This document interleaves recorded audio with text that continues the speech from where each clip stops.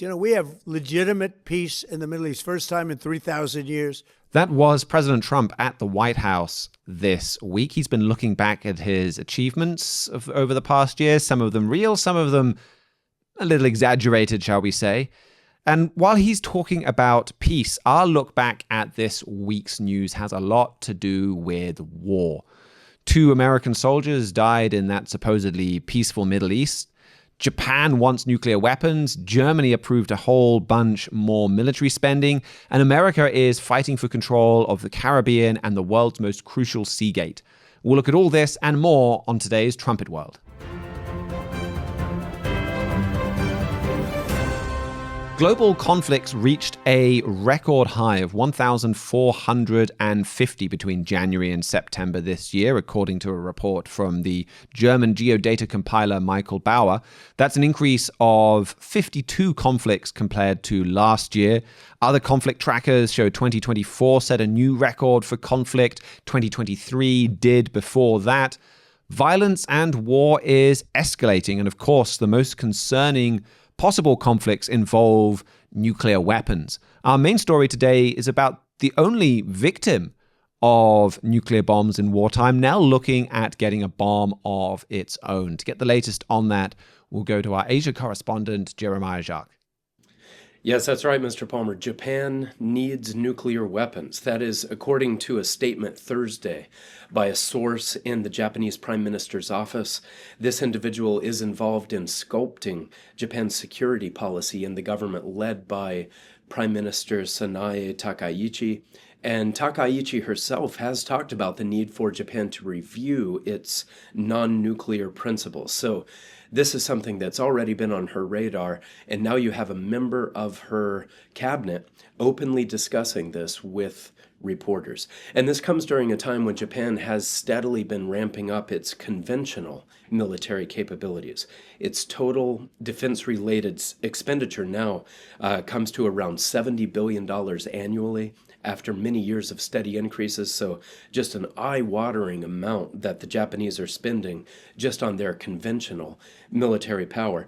And of course, Japan does have legitimate reasons for wanting to boost its military might and for even wanting to consider adding a nuclear component to its arsenal. You've got China's increasing aggression in the region. You've got Russia as well, just to the north and west there of Japan. You also have the threat from North Korea, which is far from neutralized. And then the United States is no longer viewed as a power that would reliably come to Japan's aid in the event that it was attacked. So there are plenty of legitimate reasons for Japan to seek a nuclear arsenal, but history shows that Japan has an extremely dangerous tendency toward fanatical militarism. The most infamous example of this was before and during World War II. That's when we saw Imperial Japan try to conquer Asia, fueled largely by a Japanese belief that they were racially superior, just kind of a nation of gods destined to rule all men. That toxic faith made Japan's conquests just ruthless beyond words.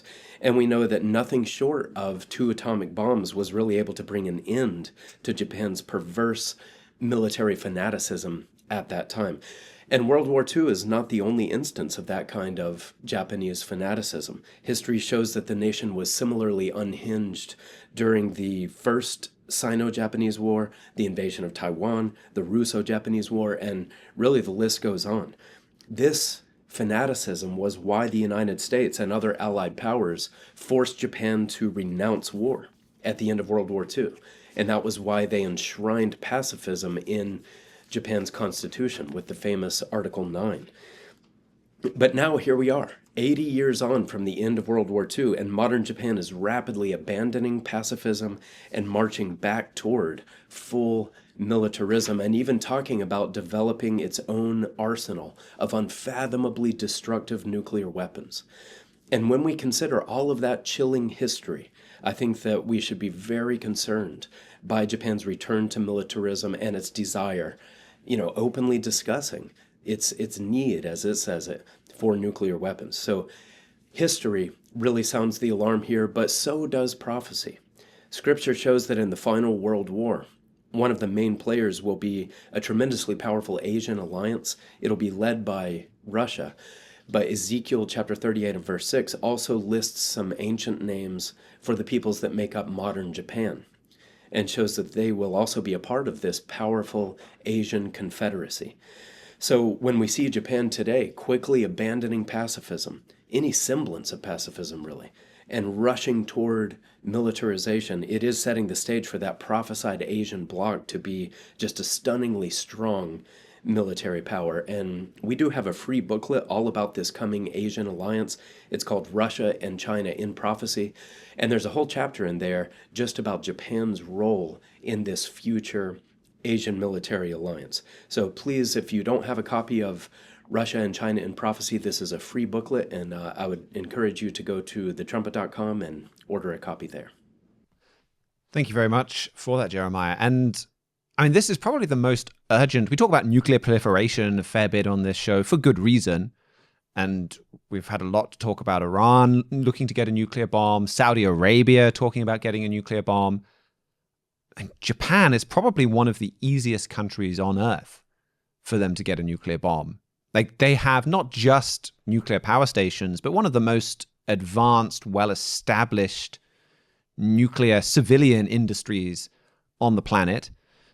They're very wealthy, very well educated. Like, they know how to make a bomb. There's no scientific research needed. There's probably not really any experimentation needed. Like, they have all of the ingredients.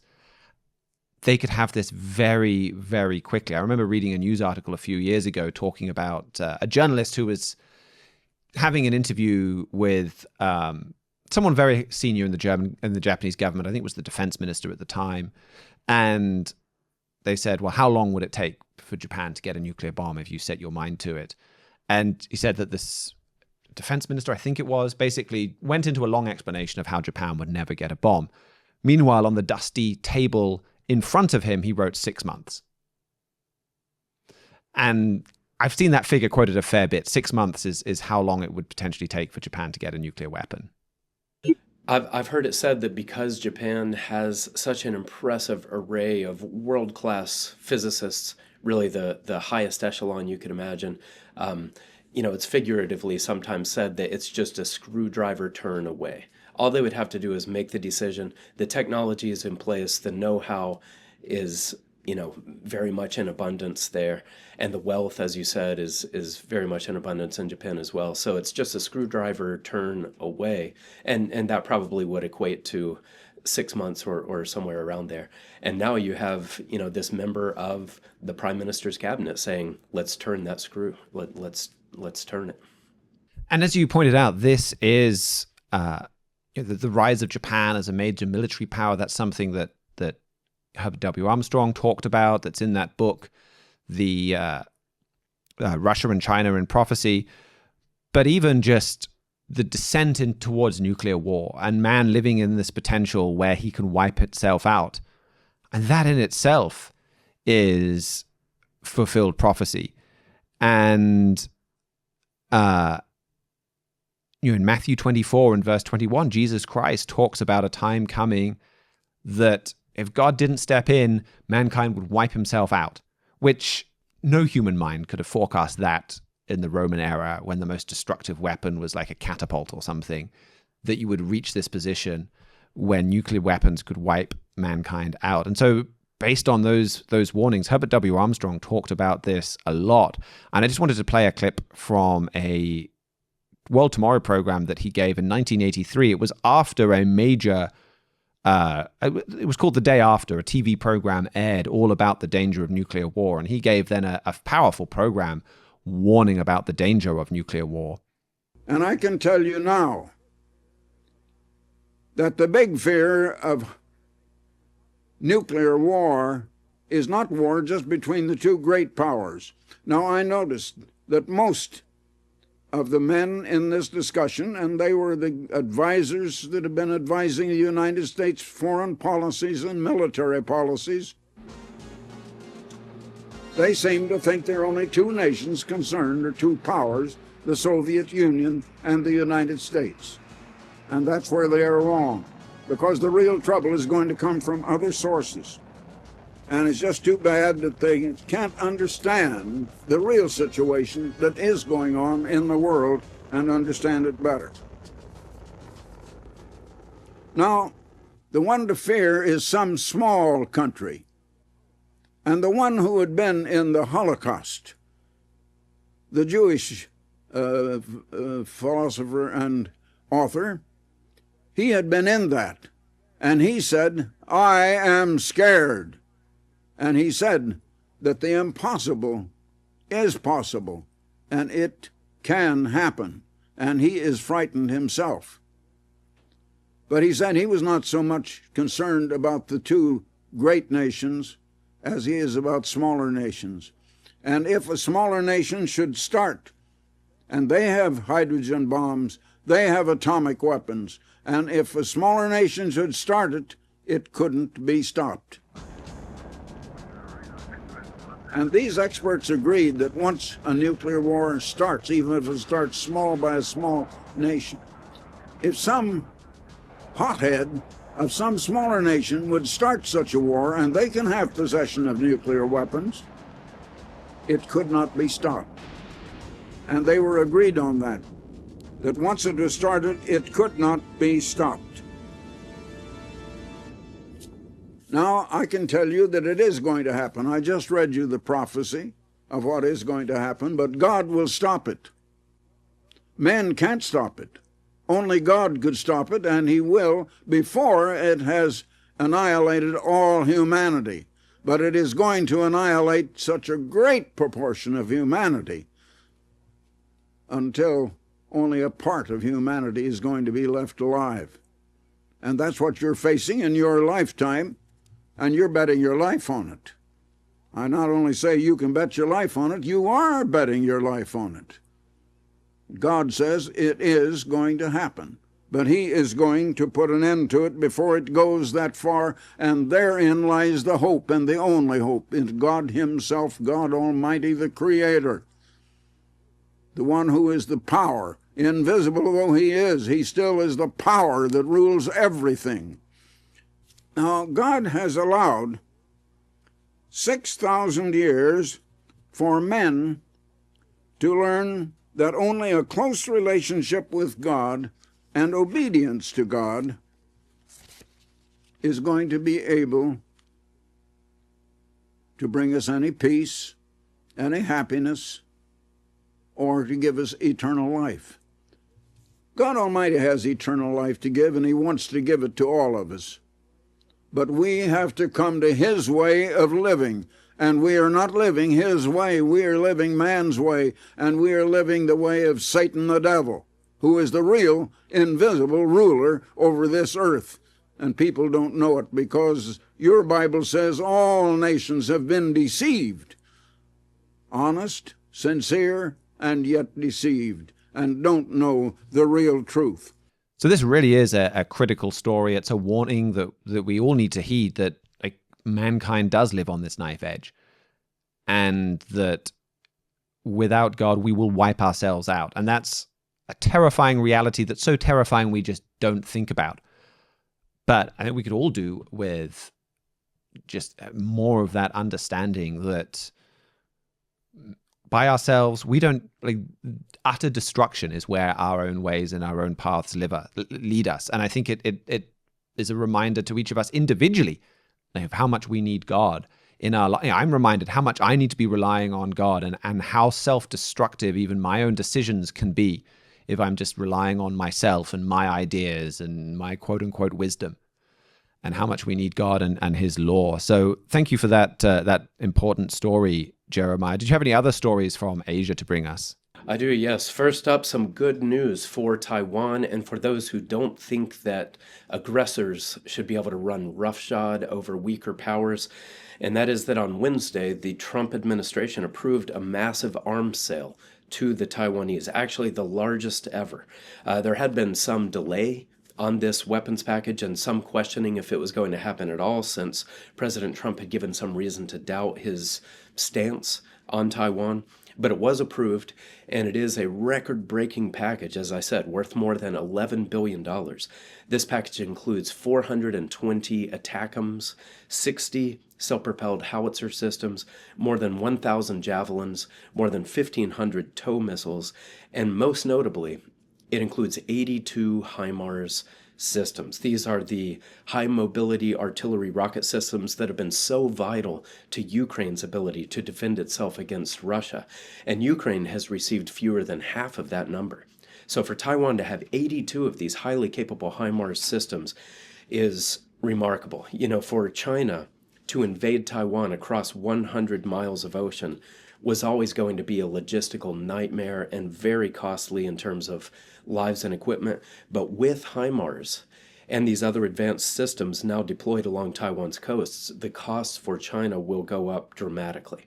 So the question now is about the delivery times. You know, this is a formidable quantity and quality of kit that America is selling to Taiwan, but it'll take time to get it all delivered, especially if isolationist forces in the U.S. government are able to influence the delivery times, as we've seen happen some with Ukrainian equipment. And I think that this news this week could actually prompt the Chinese to feel that they need to make their move before all of this new gear is operational. So, you know, this looks like a very positive development for the rules-based order and like a good day for those who seek to deter lawless aggression. But that will only be the case if we can get this weaponry in place before the Chinese make their move. So we'll see what happens there. And then I just had one final story here about Russian President Vladimir Putin. He said this week that Russia will never back down from its mission to, quote, liberate all historically Russian lands in Ukraine. He said he hopes that it'll happen by a Ukrainian surrender, but if not, then Russia will take it all by military means. He also called Ukraine's European partners pigs.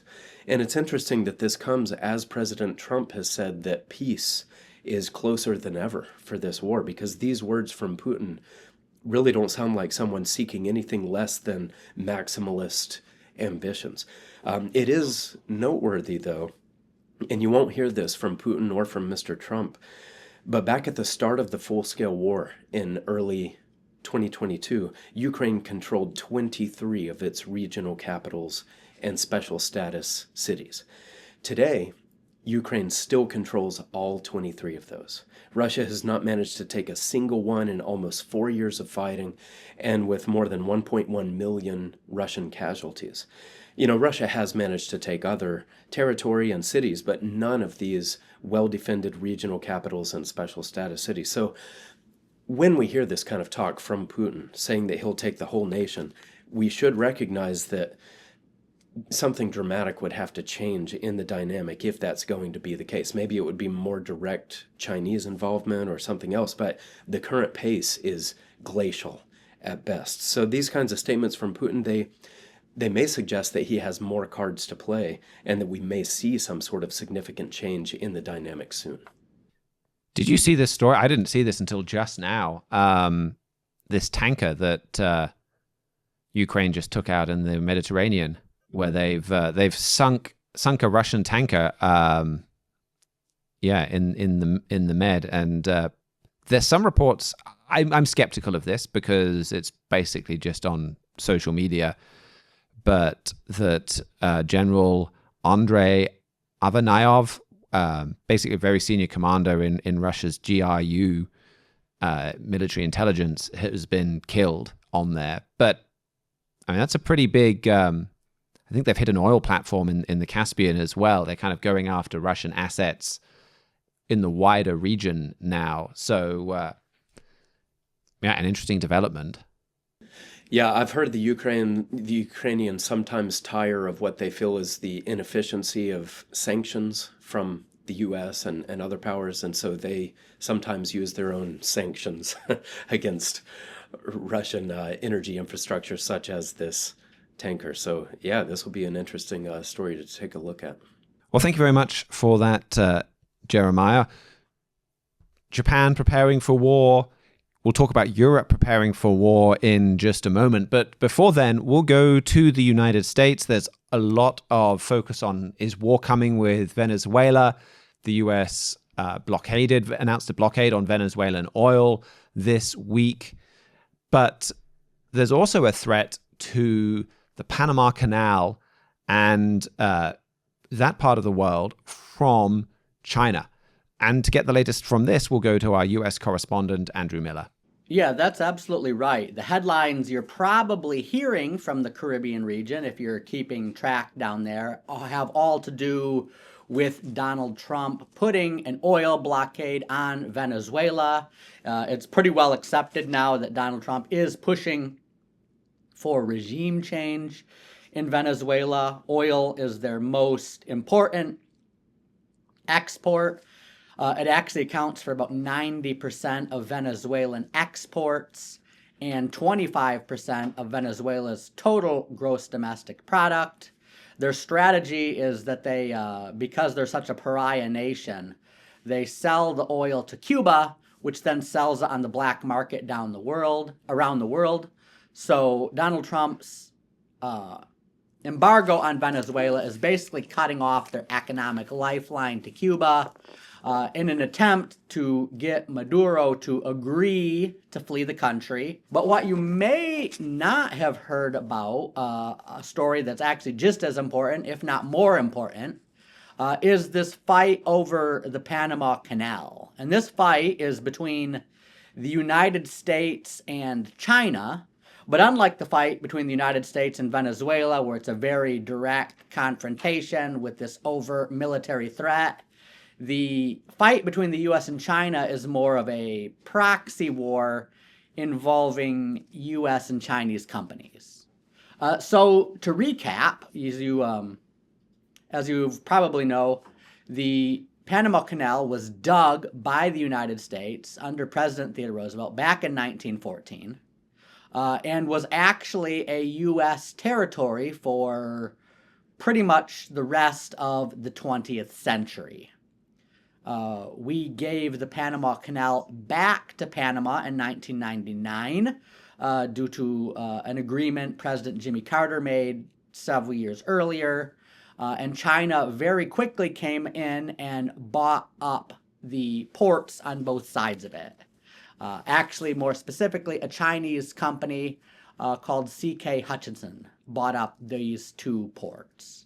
Now, when Donald Trump came into office, he very adamantly criticized Jimmy Carter's decision, saying giving back the Panama Canal was one of the stupidest things the U.S. ever did, and floated the idea that since we gave the canal back to be used neutrally by the nation of Panama, we didn't give it to China, we gave it to Panama. If China didn't surrender control of the canal, the U.S. may have to come in and retake it back territorially. Well, under that threat, a deal was almost struck where the U.S. company BlackRock bought those two ports on either end of the Panama Canal, along with 38 other important ports in the region, from the Chinese company C.K. Hutchinson. China wasn't too keen on that deal, so they actually struck a term where C.K. Hutchinson was actually only going to be one of three buyers. There was going to be another Swiss container company and the Chinese container company COSCO were each going to get an equal stake. If I understand the terms right, they'd each get a 33% stake. More recently, just recently, China's grown more belligerent, saying that, well, since they got the U.S. to concede to give COSCO, their Chinese company, an equal partnership along with this Swiss company and BlackRock, that maybe they could get better terms. So now China's saying they're going to nix the sale completely unless COSCO gets controlling stakes.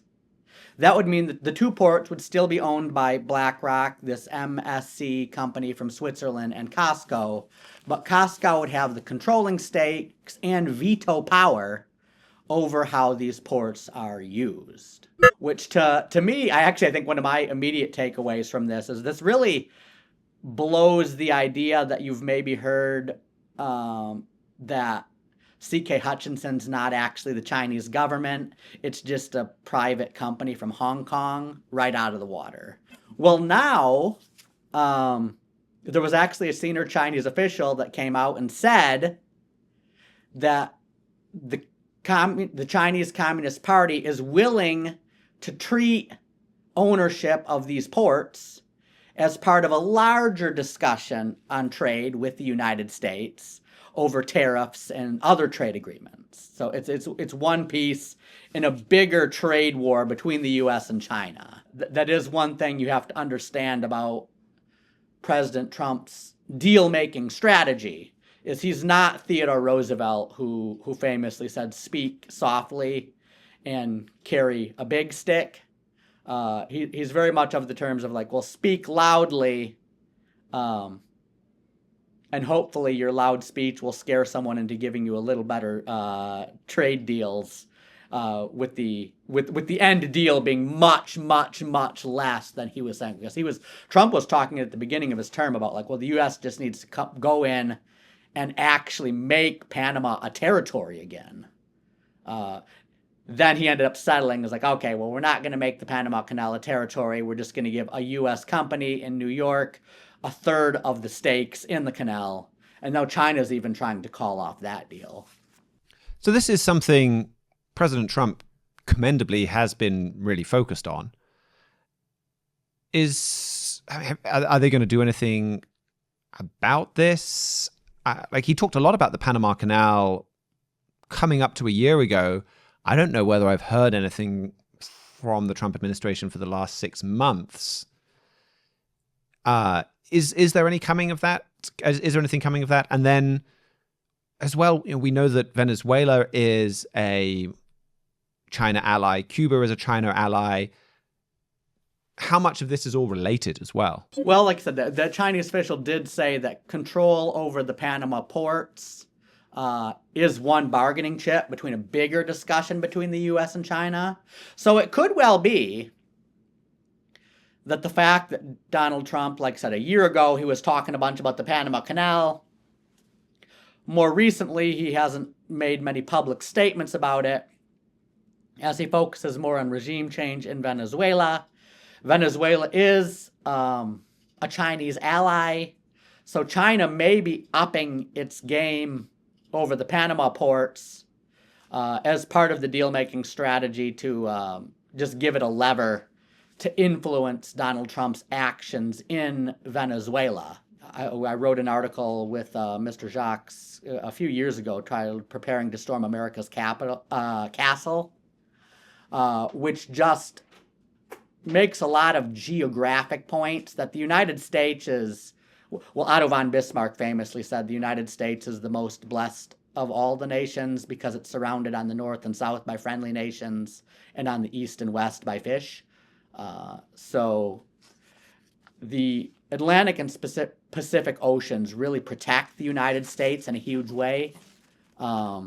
And then having Canada and the Arctic to the north really protect it. So America's softest spot, it's like its weak spot in its geographic defenses is the Gulf of Mexico, or the Gulf of America, as Donald Trump has recently renamed it.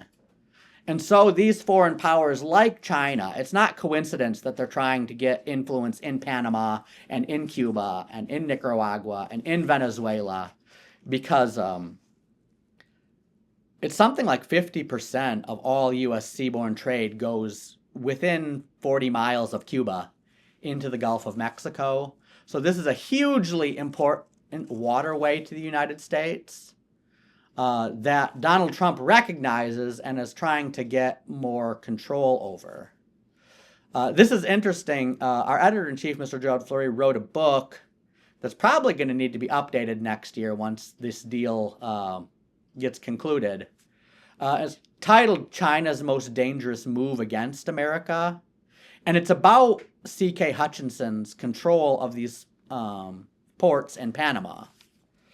Specifically highlighting that since Herbert W. Armstrong proved in his book, The United States and Britain and Prophecy, that the United States and Britain are descended from the lost tribes of ancient Israel, specifically Ephraim and Manasseh, the two sons of Joseph, who got the birthright promises passed down to him from his father Isaac, from his father Jacob, from his father Isaac, from his father Abraham, that the United States and Britain are the recipients of the blessings of Abraham. One of those blessings, highlighted in Deuteronomy 28, is these nations would control the gates of their enemies. And on a global scale, a gate is a sea gate. It's these narrow maritime choke points. And then in this book, China's Most Dangerous Move Against America, Mr. Fleury specifies something that he had not specified before, that in Genesis 22, there's a more specific prophecy saying that Abraham's descendants would control the gate of their enemies. So Deuteronomy 28 is plural gate. Genesis 22 is singular gate, and specifying that of all the sea gates that the United States and Britain had controlled, and at one point they controlled almost all of them, the Panama Canal is the most important. It is the gate from Genesis 22. So that understanding tells us that the fact that the United States controlled the Panama Canal is proof that they are the birthright descendants of Abraham, and the fact that they lost it is proof that they've turned away from God, because God told ancient Israel in Deuteronomy 28 that they would lose these birthright gates if they turned away from him. So the fact that America gained and lost the Panama Canal is very significant. We actually even have an article we'll put in the show notes by Mr. Fleury titled, How America Won and Lost the Panama Canal. So we both won it and lost it. Now, President Trump's trying to get it back. And Mr. Fleury has indicated that that's not impossible, that he could get it back. There are prophecies in Amos 7 and 2 Kings 14 about a resurgence under an end-time Jeroboam figure, and really depending on how much this Jeroboam figure submits himself to God, it's possible that that canal could come back. So this is a story we do need to watch closely, because if the Panama Canal is the gate, singular, promised to Abraham in Genesis 22, the fact that America controlled the gate of its enemies is great proof that America is descended from ancient Israel. Actually, Herbert Armstrong wrote at one point in the United States and Britain in Prophecy, which you should definitely read if you have not, that if you didn't know anything about the history of the United States and Britain, other than the fact that they controlled all the sea gates during the 20th century, that fact alone should be enough to prove that they are the descendants of Ephraim and Manasseh. So the fact that America won and lost the Panama Canal is great proof that they are both descended from Abraham and are losing the birthright blessings.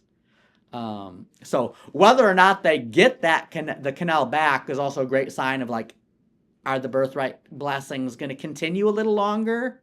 Or are these blessings already taken away from us for good? Great. Well, thank you for that, Andrew, and that important perspective in the conclusion. What else do you have for us from the English-speaking world? Yeah, a couple other stories. One highlighting just prophecies in Hosea about blood touching blood and how much violence is prophesied to afflict the nation of end times Israel if they turn away from God. Is we've had a number of violent incidences over the past week.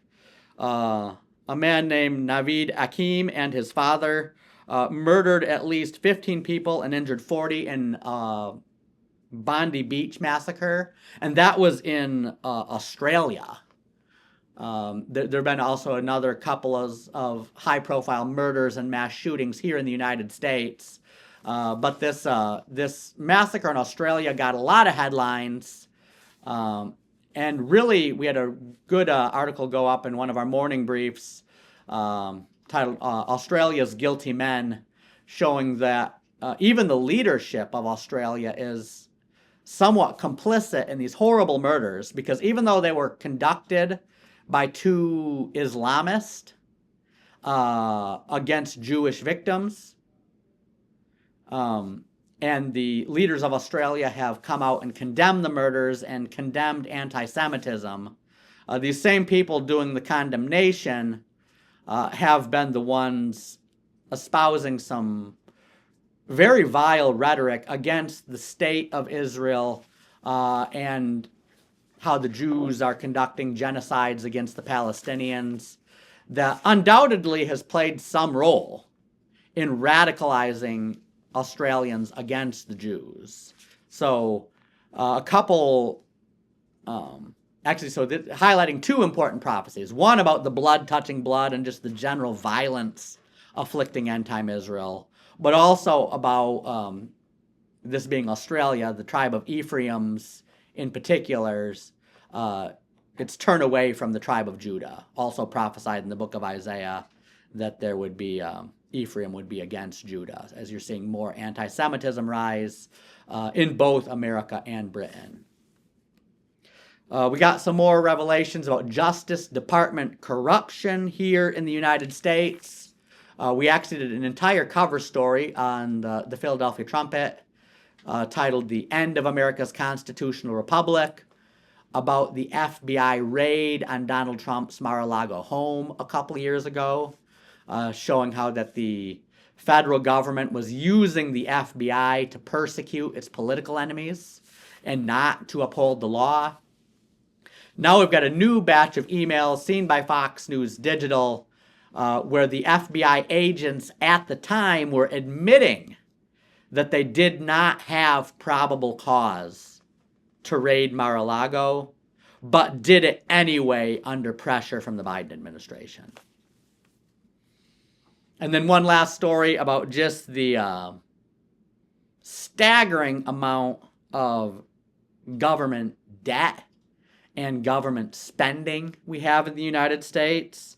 There's an organization I follow semi-closely called Open the Books that actually does audits on federal spending and highlights government waste. They did a new report out this week saying that the federal government now spends $20,474 per person in the United States. So that spending is 98 times higher than it was in the year 1916 when Woodrow Wilson was president. Almost 100 times higher. Just a huge amount of government spending that goes a long way of explaining why we're running $2 trillion deficits and our debt to GDP ratio is increasing at an alarming level. Thank you for that, Andrew. Europe's war machine, or Germany's war machine, continues to roll forward. The German Bundestag Budgetary Committee approved another load of military spending this week. The Budgetary Committee is the final authority, really, on that spending. I don't believe it has to go through the full parliament. They approved a record-breaking 30 major defense procurement policies worth around $60 billion US. That brings the combined value of defense procurement projects approved this year to about $120 billion. That package includes about 200 Puma infantry fighting vehicles, a new satellite reconnaissance system, maritime drones, Patriot surface-to-air missiles, and I think most interestingly, and what has rightly gathered a lot of the most attention, more spending for the Arrow 3 missile system. We've mentioned this on some previous shows as well, where this is the Israeli-developed system that Germany is relying on to keep it safe from nuclear wet missiles or intercontinental ballistic missiles. This latest agreement, or this expansion of the Arrow 3 system, is valued at $3.1 billion US. It's going to complete. So they originally signed up for $3.5 billion. So now they're spending another $3.1, and that combined total is the largest Israeli defense export deal ever. So this is a big deal for Israel, and this is how Germany is looking to defend itself against nuclear weapons. So we talked about this at some length last week, the way that whether it's America, whether it's Judah in the Middle East, it's these nations that this is all about fulfilled prophecy happening before your eyes. All of these nations that the Bible identifies as being the descendants of Israel in the Bible. And Mr. Armstrong shows that clearly in his book, The United States and Britain in Prophecy. They're all empowering Germany. Whether it's America saying, Germany, Europe, we're backing out. And Germany, we want you to take over as NATO number one. And then Israel supplying Germany with all of these weapon systems. So you're getting headlines saying, well, now Israel protects Germany. And Mr. Armstrong was writing about that decades ago in books like The United States and Britain in Prophecy because of specific Bible prophecies. This is happening before your eyes. Also this week, Germany's Federal Cartel Office, they approved a new cooperation between KNDS and Rheinmetall to develop the new Leopard 3 battle tank. Welt said it can be seen as a carte blanche for Rheinmetall's potential takeover of German tank manufacturer KNDS's activities. So they've got this joint go-ahead that's ahead of a Franco-German project that is expected in 2045. It says what may sound like a mere cooperation to some is in fact nothing less than a revolution in Europe's tank business, with far-reaching consequences for the entire market. This is what a lot of people have been saying as Germany spends more on its military and as America pulls out of Europe, is like, okay, well, it's all very well and good Germany spending more, but that just spending more by itself isn't enough to replace America. You also need massive defense conglomerates like you have in the United States. We need German and European Lockheed Martin and Raytheon and General Dynamics and all of these different defense giants that you have in the United States, Boeing. Europe needs more of those. Europe has EADS and Airbus and some champions like that.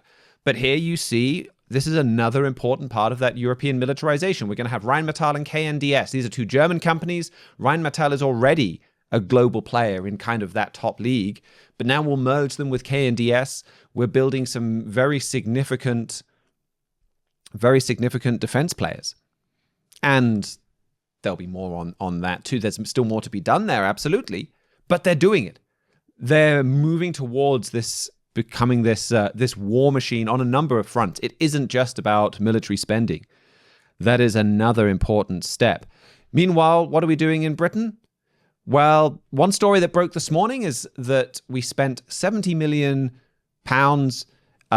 doing repairs and doing up an old naval vessel, and then we sold it to Brazil for £20 million. So some fantastic business acumen there from the British government. And that's the kind of defense spending deals we've got. The British government and Sir Keir Starmer have promised big spending from Britain. Sir Keir Starmer, he sounded a bit like Friedrich Merz. Merz and Starmer, they've both been out there talking this big game, saying, yeah, we need to step it up. We're going to spend more. Germany actually is. Meanwhile, Starmer said, nope, he put the brakes on. He said, the defense ministry kind of heard what he was saying, said, great, all right, this is what we'd like to spend it on. And he said, no. We'll talk about it in the next year, but it's not happening. The Daily Mail wrote, Britain's defense spending were plunged into chaos. Britain's defense spending plans were plunged into chaos on Wednesday night after the Prime Minister reportedly blocked a major investment boost. So Germany is building up. Britain, America's backing out. Israel's empowering Germany, and Britain is not really doing much at all, and we're in retreat. It's the 1930s all over again in a great many ways. Okay, not identical, but we're disarming while Germany is arming. And Trumpet executive editor Stephen Flurry has an article this week. Herbert Armstrong was right about Germany. He's had a lot to say on his Trumpet Daily show. I'd really encourage you. You can look that up on YouTube, on Rumble, and go back, see what he's been saying. And he's focused for several days this week on this dramatic turnaround in Europe. And he's written some of that up in Herbert Armstrong was right about Germany. Again, just making the point that all of these things, that every little bit of story, all of these events that we're seeing, is exactly what Herbert Armstrong said would happen. And the reason why is because Mr. Armstrong was making those forecasts based on Bible prophecy, based on truth in the Bible. And he said, well, here's a quote that Mr. Flurry quotes from him in the 1951 Plain Truth. For believe it or not, the United States of Europe, a Winston Churchill dream, an idea sponsored, aided, abetted, and financed by the United States, is the very idea the Pope will seize on, already made, wrapped and labeled, made in the USA, ready to hand over to him. And in promoting this utopian ideal, gullible, trusting America and Britain are creating the Frankenstein that shall destroy them. That's exactly what we're seeing this week. And you can read that article, Herbert Armstrong was right about Germany, on our website, thetrumpet.com. But there's a range of other pretty significant pieces of news from Europe this week. There have been a barrage of meetings as they try to finalize things before everyone goes on holiday around Christmas time for the end of the year.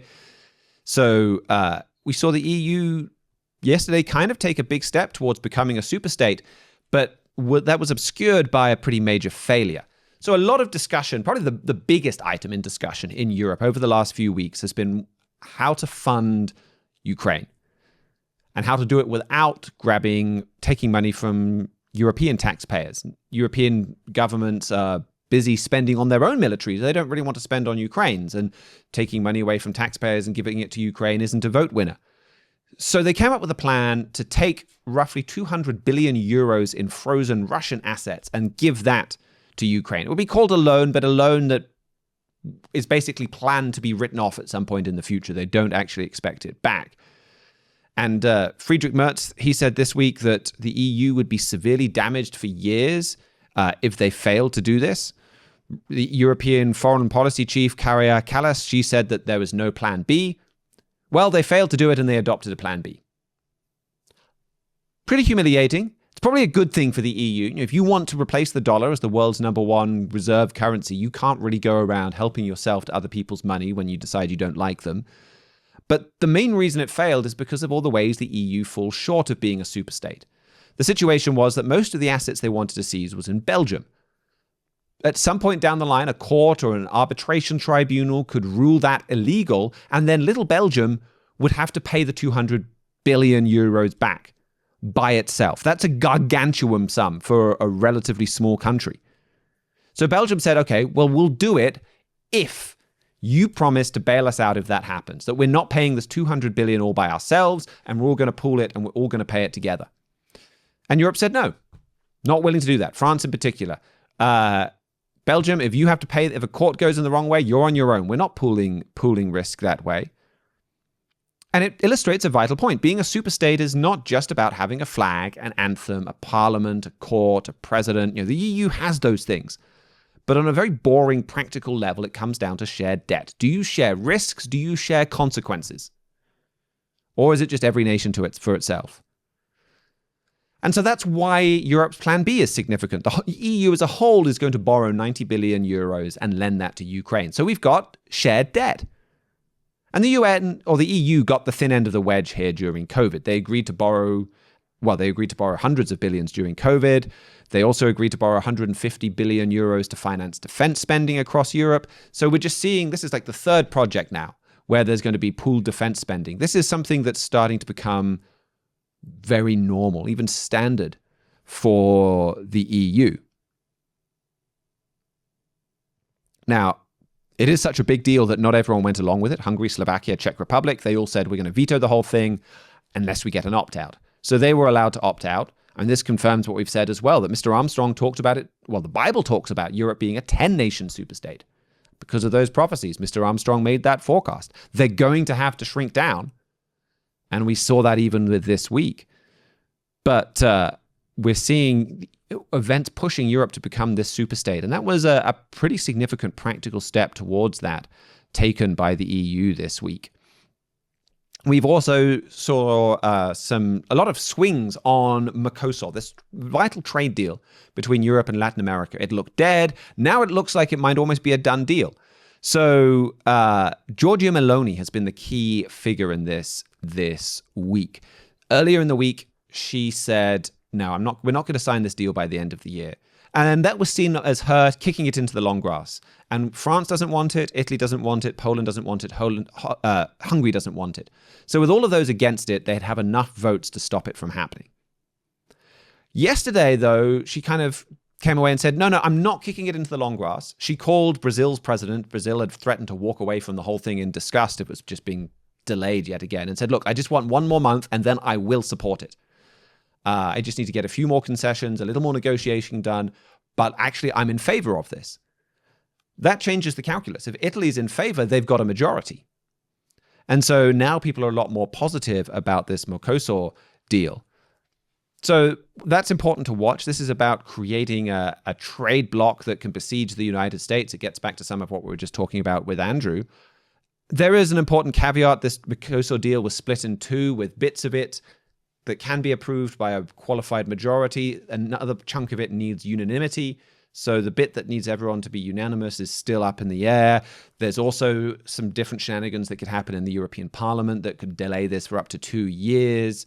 And this is a very important strategically, prophetically, trade bloc that's going to besiege the United States. Now, Mr. Fleury said he doesn't expect this trade bloc to fully come together until you have Europe being transformed into that Holy Roman Empire, that United States of Europe. That's probably what it will need to take a controversial deal over the finish line. So I think it's interesting to see this move forward, and it's interesting and right in line with Bible prophecy to see the arguing. Another bit of arguing from the EU this week. Friedrich Merz and Germany basically single-handedly turned around the EU on its plan to ban sales of new internal combustion engines by 2035. This was a bonkers plan anyway. I think it was very clear this was never going to happen. Like, just the charging infrastructure for all new cars to be electric, it wasn't on course to happen. You'd need more power stations, more charging points, more miles of cable than we're anywhere close to being rolled out. But a lot of people haven't accepted that yet. I don't think that's become massively obvious yet. The reason why this stopped is because Germany has a big car industry that makes internal combustion engine cars, and they wanted it stopped. And it shows who runs the EU. Germany wants it. Germany makes it happen. Now, related to that, though, German car manufacturers, they announced they had their worst quarter since 2009 in the dark days of the financial crisis. Volkswagen, BMW, and Mercedes-Benz, their combined earnings fell 76% in the third quarter of 2025. The financial consultancy EY labeled Germany the worst performing car manufacturing nation. Chemical industry is at 70% capacity, lowest level since 2002, according to industry figures released earlier this month. They said that this was sending out an SOS signal. Overall, Germany's industrial production is down around 10% from its peak in 2018. So Germany's economy is still heading into crisis. You're kind of seeing crises at the EU level. I mentioned that you've got this merger with KNDS and Rheinmetall. There's a deal to create a new air fighter with France that's kind of falling apart. And this points to another important point that Mr. Armstrong talked about a lot, is that it will take crisis to force Europe to come together as this superstate. I mean, you saw the way that they couldn't really agree on this debt pooling. All of that is pushing towards this coming crisis. So that's an important story to keep watching. It's not going to be smooth sailing.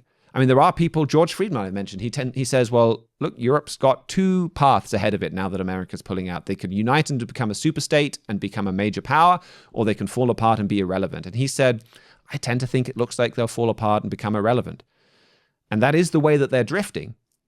But it's going to take a crisis, and it will take something that's really going to shake them for them to come together as a superstate. And the Catholic Church is also going to play a major role in providing the binding force they've not been able to find so far. Well, one last story. This was highlighted by the Times of Israel over the weekend.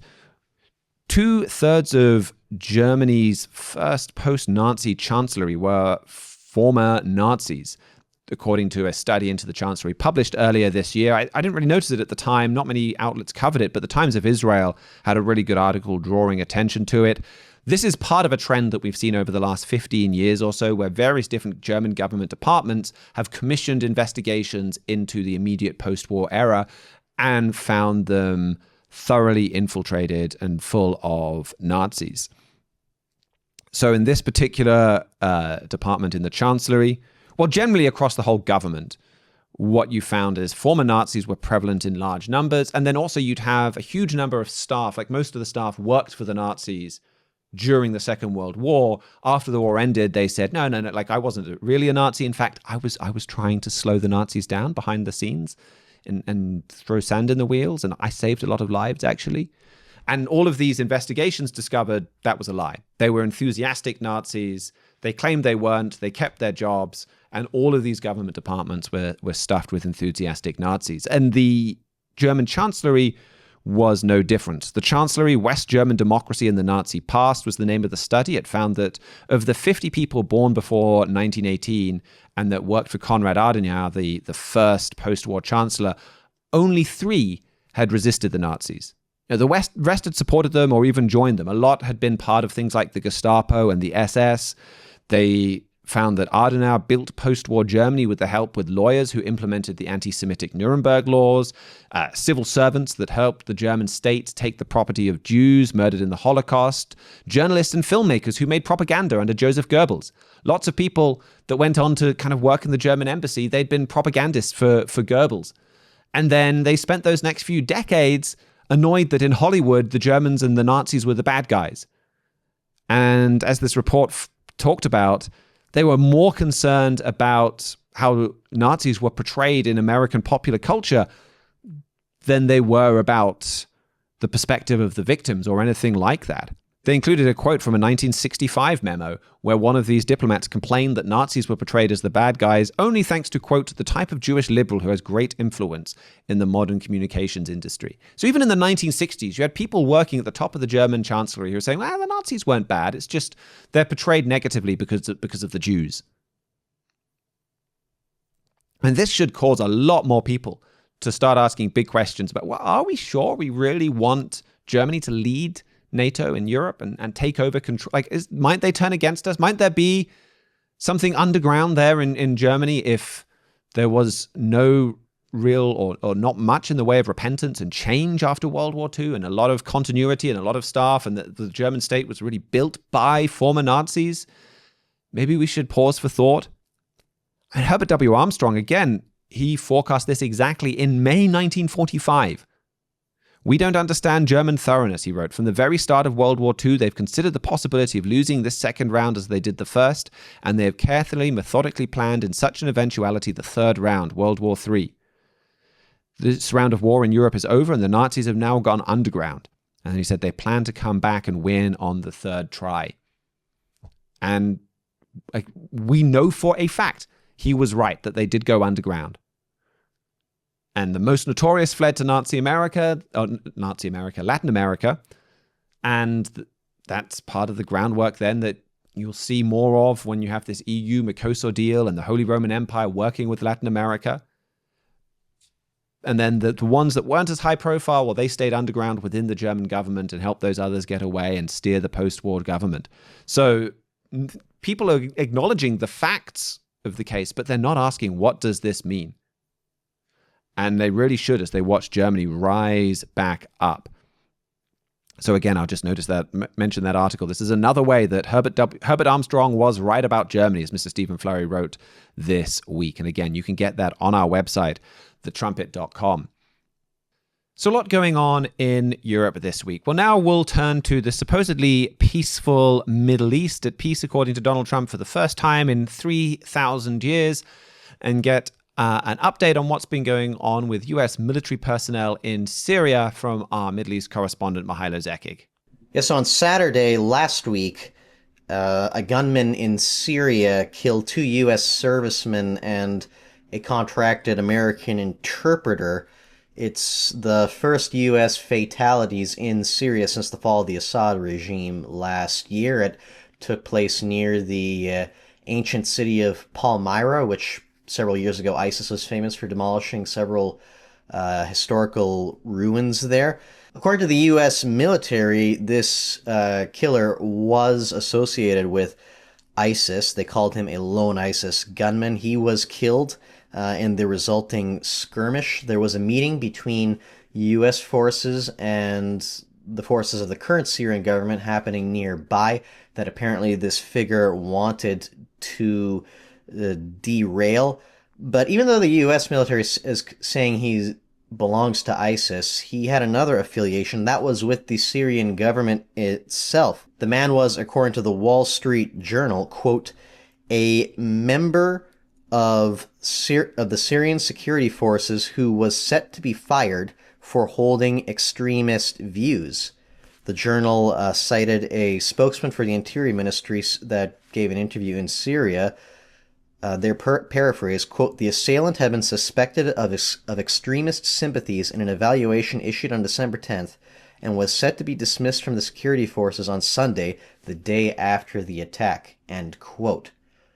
So maybe you couldn't necessarily blame, like, the Syrian government probably did not tell this guy to do any of this, but they still knew what he was doing, and they knew enough of what he believed to fire him, and at the very least there's some negligence there of letting this attack go forward. But I think it also shows an example on the kind of people that sign up to the Syrian government to work for them. We've spoken on this program many, many times about the President Ahmed al-Sharaa and how he used to lead a branch of al-Qaeda in Syria. Thousands of people from around the world, from Muslim areas, went to Syria to fight for him because they believed in global jihad, because they believed in his vision for an Islamist state in Syria. A lot of those people, with approval of the Trump administration, were grafted into Syria's military and are now part of the government. There's a lot of discussion about how moderate he's become, how he's switched his military gear for a suit and tie, how he's not the emir of this terror group anymore, now that he's President Sharaa. But even if he has moderated his views, and that's doubtful, there's many, many people under him that have not moderated their views, that have stuck around in Syria clinging to their old visions. And the prophecy we keep going to over and over on this show is in Psalm 83, which discusses the end-time nations of Israel, which, as Andrew brought out, involve the United States and Britain. But it specifically discusses a group of countries allied against them. Verse 4 states that the name of Israel may be no more in remembrance. And that prophecy, verses 6 through 8, talk about the different peoples that will be involved in that alliance, and it specifically mentions the Hagarenes, or the ancient inhabitants of Syria. And because of that, Trump editor-in-chief Gerald Fleury has said that Syria is going to play a part in this alliance. And we've discussed on this program before about how the new government in Syria, the new regime change there, is helping bring that about. And regardless of what President Trump or anybody else says in front of the news cameras, this regime is still radical, still holds radical views, and there's enough people working for the regime that want to go to the American servicemen in Syria and attack them. Last month, our executive editor, Mr. Stephen Fleury, wrote an article called A Terrorist in the White House about Sharaa's visit to Washington, and goes into a bit more of the unsavory links and what that means for America going forward. If people would like to learn more about the context of this attack and what we expect in the future, I recommend they go and read that. We can put a link in the show notes.